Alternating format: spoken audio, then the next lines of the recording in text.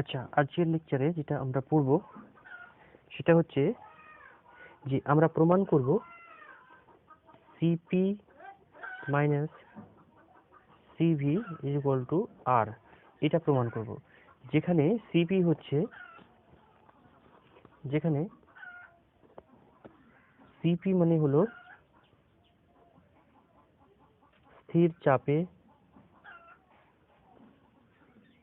চাপে পদার্থের মোলার তাপগ্রাহিতা।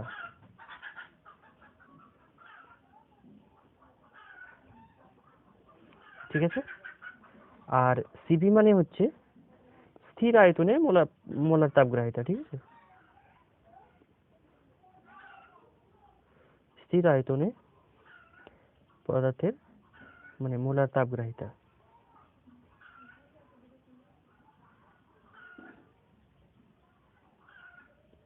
ব্যাস, ঠিক আছে। আবার আমরা জানি কি যে সিপি মানে আমরা সিপি ডেফিনেশন থেকে জানি যে মানে ম্যাথমেটিক্যাল এক্সপ্রেশন জানি, CP is equal to D partial derivative of H by DT at constant pressure, এবং সিভি মানে হচ্ছে DU DT at constant volume. অর্থাৎ স্থির, এই সিপি মানে হচ্ছে স্থির চাপে তোমার হচ্ছে এনথালপির পরিবর্তন, কার রেসপেক্টে, টেম্পারেচার রেসপেক্টে এনথালপির পরিবর্তন। অর্থাৎ স্থির চাপে যদি 1 ডিগ্রি সেন্টিগ্রেড বৃদ্ধি করতে যে পরিমাণ কোনো পদার্থের, 1 মোল পদার্থের 1 ডিগ্রি সেন্টিগ্রেড বৃদ্ধি করতে যে পরিমাণ তাপ লাগে, সেটাই হচ্ছে তার সিপি, অর্থাৎ স্থির চাপে মোলার তাপগ্রাহিতা। আর এই তাপ মানে হচ্ছে এখানে অ্যাকচুয়ালি যেহেতু প্রেসার কনস্ট্যান্ট রেখে তাপ গ্রহণ হচ্ছে, সেটা আবার এনথালপির পরিবর্তনের সঙ্গে সমান, তাই এটা আমরা পাচ্ছি। এটা আগের লেকচারে তোমরা দেখেছো। ঠিক আছে, তাহলে এটা আমরা পেলাম। এবার আমরা দেখব যে এই মানগুলো আমরা এই এই সমীকরণ থেকে এই বাম দিকটা প্রমাণ করব যে ডান দিকের সঙ্গে সমান হচ্ছে, অর্থাৎ এটা ইজ ইকুয়াল টু আর প্রমাণ করব। তাহলে এখন CP minus CV is equal to কি লিখতে পারি আমরা? CP minus CV is equal to লিখতে পারি del H by del T at constant P minus, এটা সিপির মান হলো, সিভির মান কত? Del you by del T at constant V. এটা পাওয়া গেল। ঠিক আছে, এবার এনথালপির যে স্টেটমেন্ট, এনথালপির মানে সমীকরণ থেকে আমরা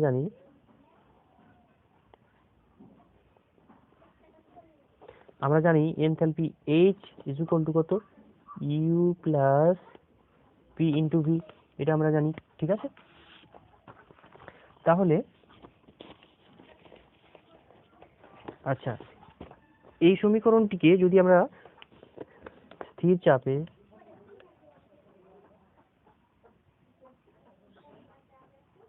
এটা কেন করছি, কারণ হচ্ছে এই মান, এই যে del H by del T constant P, এই মানটা বের করতে চাইছি। তাহলে স্থির চাপে প্রেসার কনস্ট্যান্ট আছে, তাহলে স্থির চাপে সমীকরণটিকে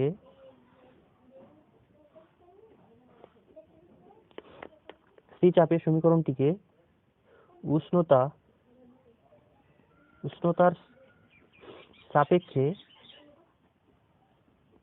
অবকলন করে পাই।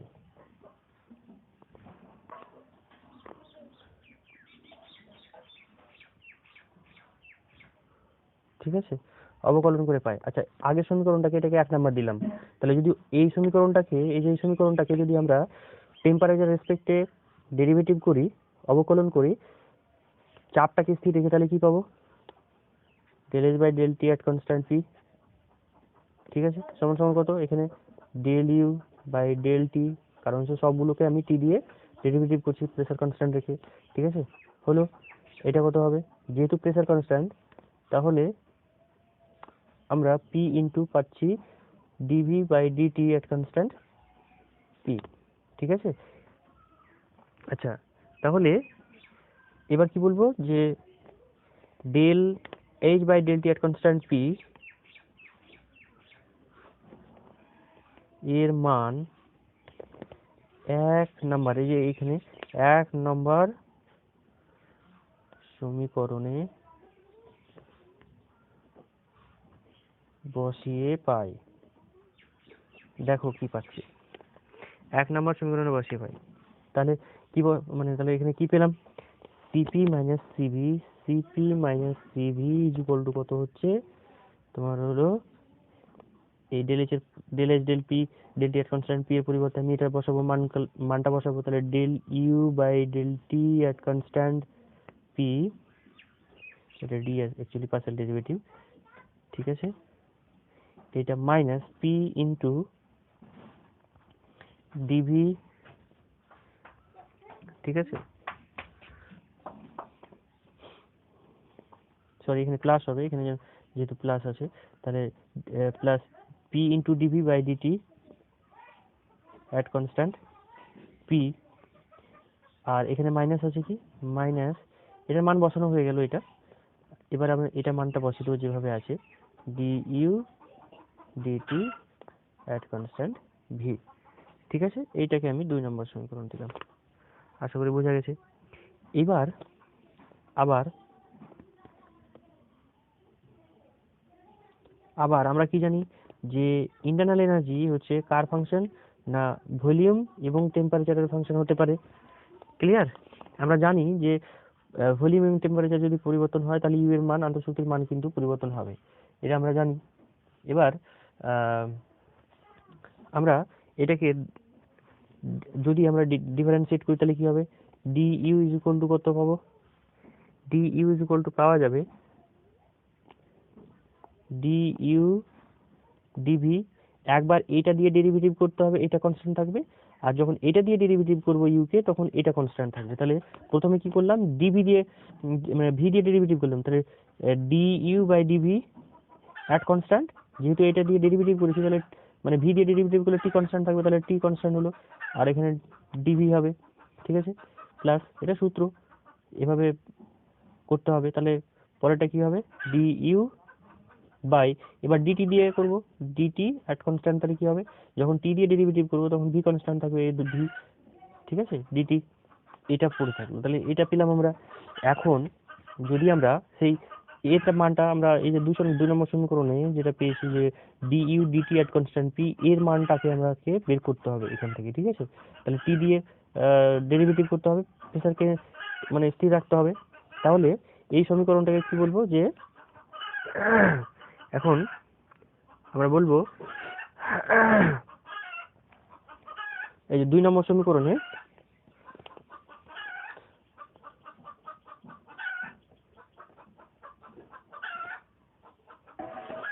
আচ্ছা সরি আগে এটাকে d d u d T at constant P দিয়ে করে, অর্থাৎ আগে যেটা বলেছিলাম স্থির চাপের সমীকরণটিকে তার সমীকরণটিকে উষ্ণতার সাপেক্ষে অবকলন করে পাই, এই কথাটা আবার এখানে লিখে দেবে। তাহলে আমরা কি পাবো, এটাকে যদি আমরা ডিটি দিয়ে ডেরিভেটিভ করি প্রেসারটাকে স্থির রেখে তাহলে এটা পাচ্ছি আমরা, ঠিক আছে। তাহলে এখন এটা এদিকে করলে কি হবে, d u d V at constant temperature, এটা তো আছে, এবার ভি কে আমরা টি দিয়ে ডেরিভেটিভ করবো, ডিভি এই ডিটি এট কনস্ট্যান্ট পি।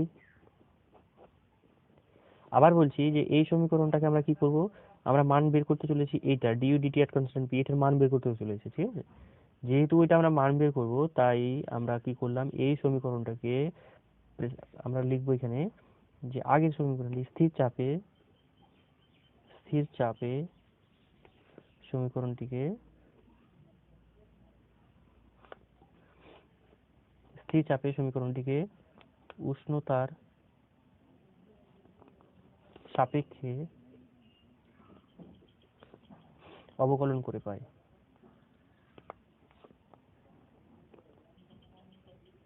ঠিক আছে। তাহলে এটা যদি আমরা করি তাহলে যেটা পাবো এই যেটা প্লাস এই পর্যন্ত হয়ে গেল, ডি ইউ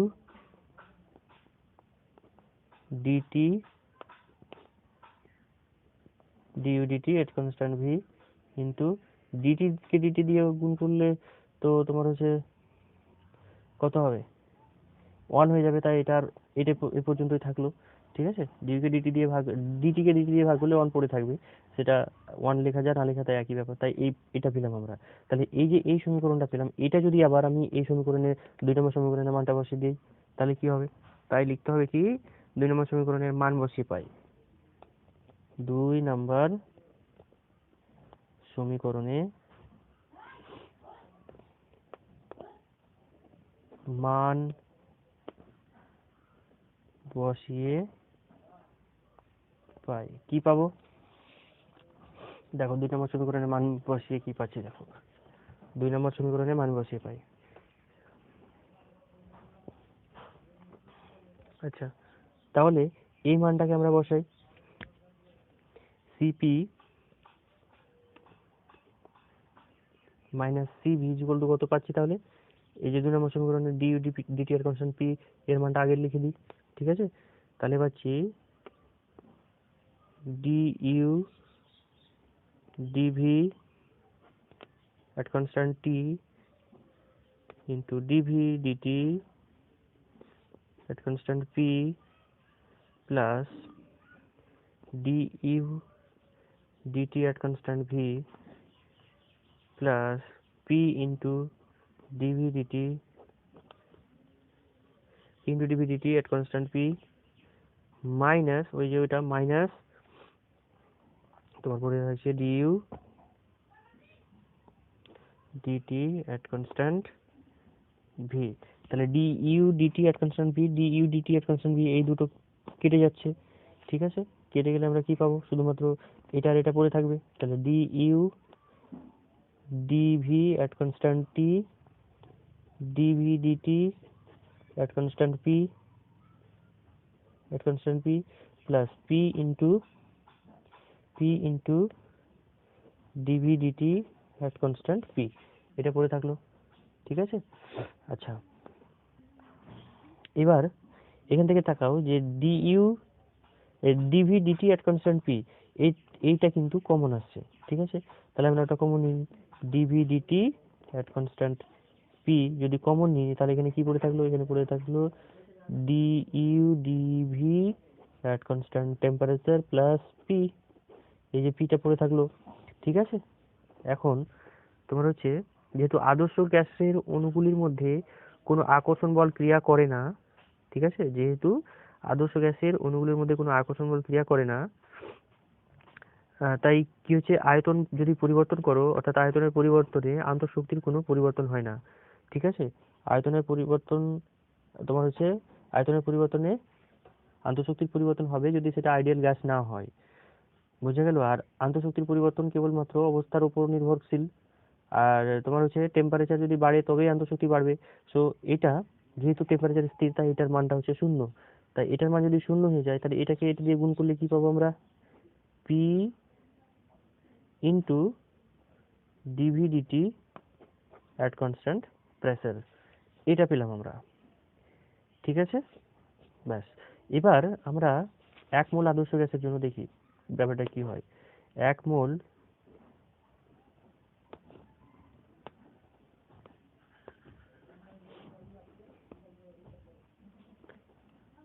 আদর্শ গ্যাসের ক্ষেত্রে আমরা কি জানি? PV is equal to R T. এখন ভি ইজ ইকুয়াল টু কত? R by P into T. ঠিক আছে, তাহলে এর মানটা বের করবো, DV DT at constant P. তাহলে DV DT at constant P যদি করি, পিক প্রেসার কনস্ট্যান্ট রেখেছি, আর তো এমনিতেই কনস্ট্যান্ট, তাহলে আর বাই পি বাইরে চলে এলো। ঠিক আছে, এবার টি কে ডিটি দিয়ে ভাগ করছি, তাহলে 1 পাবো, তাহলে এই টাইপের পড়ে থাকলো। তাহলে DV DT at constant P is equal to R by P পেলাম। তাহলে এখন এইটুকুর মান হচ্ছে আর বাই পি, তাহলে পি ইন্টু এইটুকুর মান R by P, R by P. ঠিক আছে, তাহলে এই পি কাটলো, তাহলে ওই দুটো পি যদি কেটে যায় তাহলে আমরা কি পাবো? আর পড়ে থাকলো। তাহলে CP minus CV equal to R, প্রমাণিত। ঠিক আছে, এটা প্রমাণিত হয়ে গেল। আশা করি বুঝতে পেরেছো এটা।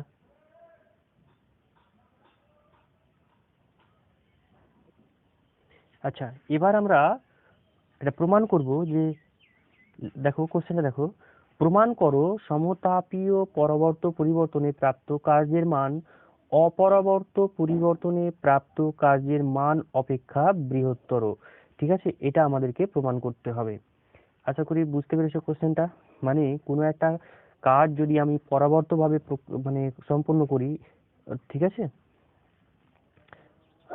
কোনো একটা কাজ যদি আমি মানে তোমার হচ্ছে পরাবর্তভাবে কাজটাকে সম্পন্ন করি, তাহলে যে পরিমাণে কার্য পাওয়া যাবে সেটা তুমি যদি ওই একই মানে তোমার হচ্ছে জিনিস যদি তুমি অপরিবর্তিত ভাবে করো, মানে কার্যটা যদি তুমি অপরিবর্তিত ভাবে সম্পন্ন করো, তাহলে যে পরিমাণ কার্য হবে তার তুলনায় পরাবর্ত প্রক্রিয়ায় কার্যের মানটা বেশি হবে, এটাই প্রমাণ করতে হবে। ঠিক আছে, এখন আমরা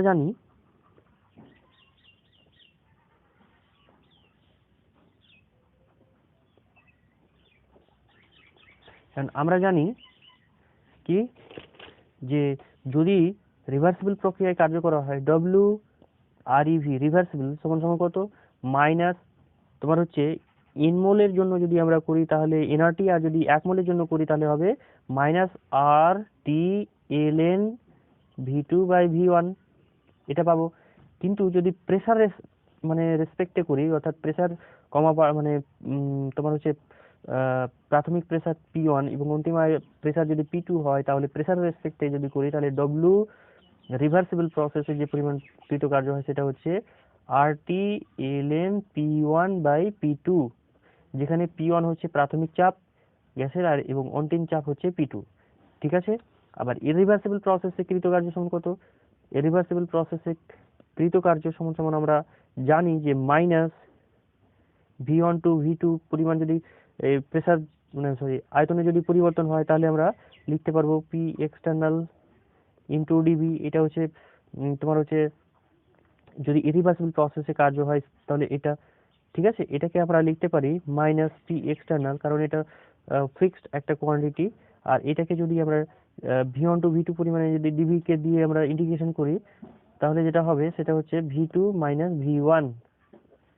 ঠিক আছে, আবার এটাকে যদি পি এক্সটার্নালটাকে যদি P2 সঙ্গে সমান ধরে নিই, তাহলে আমরা কি পাবো, এটা সমান সমান পাবো minus P2 into V2 - V1।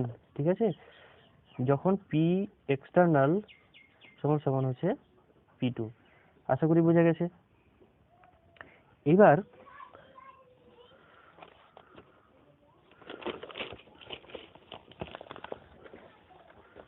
আমরা যেটা করব যে তাহলে দুটো প্রক্রিয়ায় কৃতকার্যের পরিমাণটা আমরা দেখলাম। ঠিক আছে, দুটো প্রক্রিয়াতে কৃতকার্যের পরিমাণটা আমরা দেখেছি। তো এবার কৃতকার্যটা আমরা যদি পরম মানটা দেখি, যে এরকম যদি আমরা দেখি যে ডব্লিউ রিভার্সিবল প্রসেসে যে পরিমাণে মানে নিট কার্য হয়েছে, অর্থাৎ তার মড ভ্যালু প্লাস মাইনাসটাকে বাদ দিয়ে শুধু প্লাসটাকে নেব, সেইটা যদি তোমার হচ্ছে ডব্লিউ ইরিভার্সিবল প্রসেস, অর্থাৎ এই ডব্লিউ ইরিভার্সিবল প্রসেসে যে মানটা মানে কার্যটা হয়েছে তার পরম মানটা যদি ছোট হয় ডব্লিউ রিভার্সিবল প্রসেসের তুলনায়, তাহলে বড় থেকে ছোট বাদ দিলে আমরা কি পাই, পজিটিভ মানে আমরা ধনাত্মক একটা টার্ম পাবো। সেটা আমরা প্রমাণ যদি এখানে দেখতে পাই যে এইটাই যদি একটা ধনাত্মক টার্ম বেরোচ্ছে, তাহলে এটা প্রমাণিত হবে যে ডব্লিউ ইরিভার্সিবল ছোট, ডব্লিউ রিভার্সিবল বড়। আর এটাই প্রমাণ করতে বলেছে। কি ক্লিয়ার? তাহলে আমরা এর আগে কিন্তু কি ধরেছি, ওটা ধরে নিয়েছিলাম মানে মানে সরি তোমার হচ্ছে রিভার্সিবল প্রসেসে কি পরিমাণে কৃতকার্য হয় সেটা আমরা বের করে রেখেছি অলরেডি এর আগে। তো ওই মানগুলো আমরা বসিয়ে দিই, তাহলে কি হচ্ছে না, ডব্লিউ রিভার্সিবল প্রসেসের জন্য দেখেছিলাম আরটি, মানে অ্যাকচুয়ালি আমি লিখছি কি পরম মানটা, মাইনাস আগে দিয়েছিল সেটা কিন্তু লিখছি না, কারণ হচ্ছে আমি পরম মানটা নিতে চাইছি। তাহলে কত হলো আরটি এলএন P1/P2, আচ্ছা, মাইনাস ডব্লিউ ইরিভার্সিবল প্রসেসে যেটা হয়েছিল সেটা হচ্ছে P2, এই মাইনাসটা এসছে কি এই মাইনাসটা, আর এই P2 ছিল মাইনাস P2 V2 - V1 এটা ছিল, কিন্তু ওই মাইনাসটা আমি নিইনি, সেটা হচ্ছে পরম মানটা নিয়েছি, শুধু ডব্লিউ ইরিভার্সিবল এর পরম মানটা ধরে নিয়েছি। ঠিক আছে, তাহলে এই মানটা এবার বসিয়ে দেখতে হবে কতটা আসে। তাহলে দেখো দেখো আরটি এলএন, এবার P1/P2টাকে আমি এভাবে লিখতে পারি 1 plus P1 - P2 divided by P2। এইভাবে কিন্তু আমি লিখতে পারি, কারণ এটাকে যদি লসাগু করো তাহলে P2 plus P1 minus P2, P2 কেটে যাবে, পড়ে থাকবে P1 বাই P2, ঠিক আছে, তাহলে আগেরটা পড়ে থাকবে। এটাকে এভাবে আমরা লিখতে পারি, এটাকে মাইনাস P2 লিখলাম এখানে, ঠিক আছে, P2 লিখলাম। এবার V2 ইজ ইকুয়াল টু কত লিখবো, RT বাই P2, এবং V1 ইজ ইকুয়াল টু লিখবো RT বাই P1। কি করে লিখবো, কারণ আমরা জানি যে PV is equal to RT। এখন V ইজ ইকুয়াল টু কত, RT বাই P। এখন যখন এখানে V1 হবে তখন এখানে P1 হবে, যদি V2 হয় তাহলে P2 হবে। সেই অর্থে আমি এখান থেকে লিখেছি কি V2 is equal to RT by P2, আর তোমার হচ্ছে V1 ইজ ইকুয়াল টু লিখেছি RT বাই P1, এই যেভাবে লেখা যায়, ঠিক আছে। তাহলে এবার কি হবে, এবার যেটা হবে যে একই জিনিসটা লেখো, আর একটা লিখি একই line, RT ln 1 plus P1 minus P2 divided by P2 minus, এটাকে যদি আমি P2টাকে ভিতরে ঢুকিয়ে নিই, RTটাকে কমন নিয়ে নিলাম, RT কমন চলে এলে P2 ভিতরে ঢুকিয়ে দিলে P2 by P1, P2 is equal two 1 হয়ে গেল, মাইনাস কত হবে, মাইনাস এই P2 বাই P1, এই P2 বাই P1 এটা পড়ে থাকছে, ঠিক আছে। এখন আরেকটা জিনিস আমাকে দেখতে হবে, যে আমরা জানি যে ln 1 প্লাস x, এইটা প্রায় ইজ ইকুয়াল টু x লেখা যায় যদি x very very less than 1 হয়, ঠিক আছে। তো এখানে এই মানটা, এই পুরো মানটা P1 minus P2 by P2, এই মানটা কিন্তু খুবই ছোট, তাহলে ln 1 প্লাস x এর মতো হলো, তাহলে এটা আমি শুধুমাত্র এই পুরোটাকে শুধুমাত্র x এর মানটুকু লিখলেই হয়ে যাবে, তাহলে x এর মানটুকু লিখলেই হয়ে যাবে। তাহলে এটা কি লিখতে পারবো, RT আর শুধুমাত্র x ইন্টু কত হচ্ছে, into RT into P1 minus P2 divided by P2, ঠিক আছে, এটা হয়ে গেল। এবার এখানে আছে RT কমন আছে, তাহলে এখান থেকে পাচ্ছি কি P1 minus P2 divided by P1, clear হয়েছে। এবার এখান থেকে তাকাও, RT কমন যাচ্ছে, তাহলে RT আর P1 মাইনাস P2 এটা কমন যাচ্ছে, তাহলে RT into P1 minus P2 এটা কমন নিয়ে নিই, তাহলে কমন নিলে কি থাকছে, 1 বাই P2 পড়ে থাকছে, এখানে 1 বাই P2 পড়ে থাকলো, আর এখানে RT P1 minus P2 common নিয়ে নিয়েছি, তাহলে এখানে মাইনাস আছে মাইনাস দিলাম, তাহলে 1 বাই P1 পড়ে থাকলো, ঠিক আছে, এখান থেকে কমন নিলে এটা পড়ে থাকলো। তাহলে এবার দেখি RT P1 মাইনাস P2, আর এখানে তাকাও কি হচ্ছে, যে এটাকে যদি লসাগু করি P1 মাইনাস P1 P2 লসাগু করলে এখানে পড়ে থাকবে কি P1 মাইনাস P2 এটা। এখন এই P1 মাইনাস P2, এখানেও P1 মাইনাস P2, এটা তো গুণ আকারে আছে, তাহলে লিখতে পারবো কি RT into P1 minus P2, ঠিক আছে, ডিভাইডেড তার স্কোয়ার হয়ে গেল, এটা স্কোয়ার, আর ডিভাইডেড বাই টোটালটা P1 ইন্টু P2। এখন যেহেতু তোমার হচ্ছে P1 P2 এর মধ্যে যেই বড় হোক না কেন, P1 যদি বড় হয় তাহলে তো পজিটিভ টার্ম আছে, কোনো কথাই নেই, কিন্তু যদি P1 থেকে P2 ছোট বড় হয় তাহলে এখানে মাইনাস টার্ম আছে, মাইনাস আসবে, কিন্তু মাইনাসের আগে দিকে উপরে কি আছে, স্কোয়ার টার্ম আছে, এই যে স্কোয়ার টার্ম থাকলে পুরোটা প্লাস হয়ে গেল। আর আর এর মান, আর হচ্ছে universal gas constant, R is equal to আমরা জানি 8.314 joule per kelvin per mole, ঠিক আছে। তাহলে এটা তো পজিটিভ টার্ম। আবার P1 P2 এগুলো প্রেসারগুলো যেহেতু ঋণাত্মক হতে পারে না, আমরা জানি যেহেতু ঋণাত্মক হতে পারে না, তাই এই টোটাল টার্মটা কি হবে, পজিটিভ হবে, ধনাত্মক হবে। অর্থাৎ এটা প্রমাণিত হলো এখান থেকে যে, তাকাও যে ডব্লিউ রিভার্সিবল এর মানটা ডব্লিউ ইরিভার্সিবল থেকে যদি বড় না হতো তাহলে কিন্তু এখানে অ্যাকচুয়ালি পজিটিভ টার্ম আসতো না, ঠিক আছে, পজিটিভ টার্ম আসতো না। যেহেতু পজিটিভ টার্ম এসছে, তাই এখান থেকে প্রমাণিত হয় কি যে অবশ্যই তোমার হচ্ছে সমতাপীয় পরাবর্ত পরিবর্তনে যে পরিমাণে কার্যটা হয় সেটা সমতাপীয় অপরবর্ত প্রক্রিয়ায় কার্যের তুলনায় বেশি, ঠিক আছে, এটা প্রমাণিত হয়ে গেল, আশা করি বোঝা গেছে, ঠিক আছে। এবার আমরা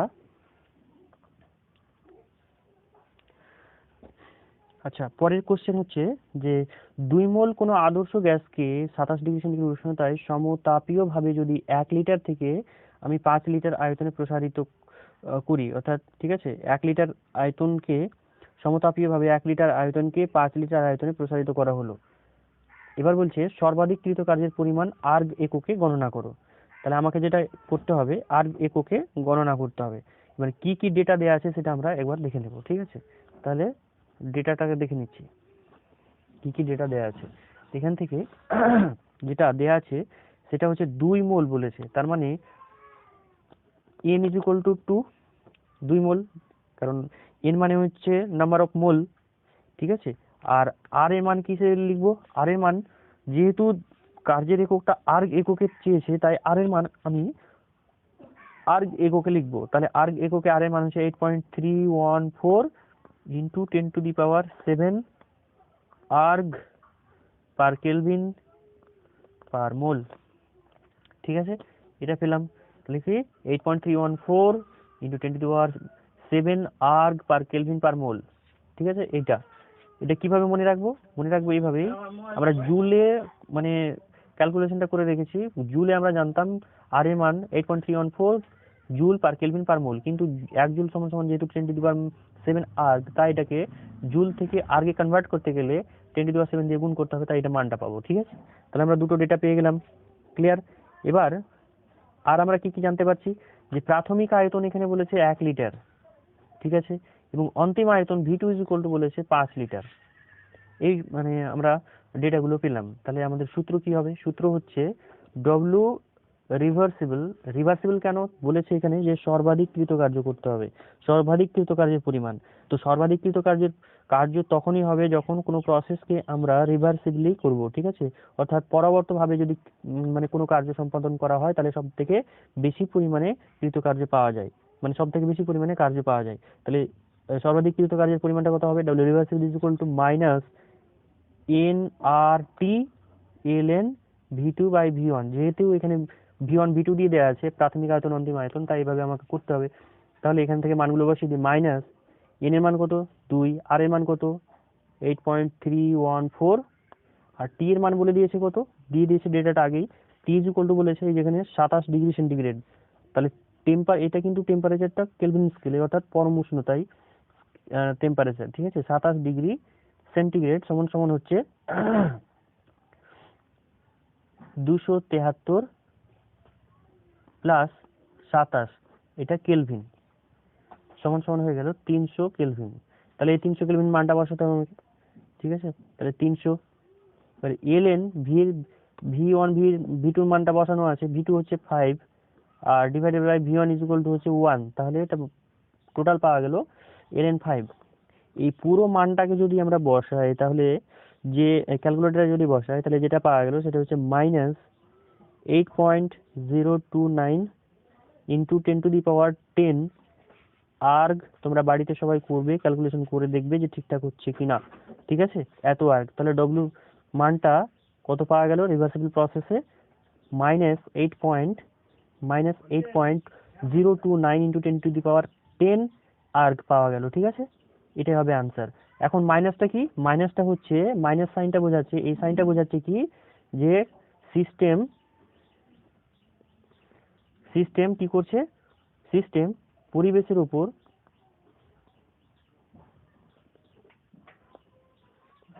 যেহেতু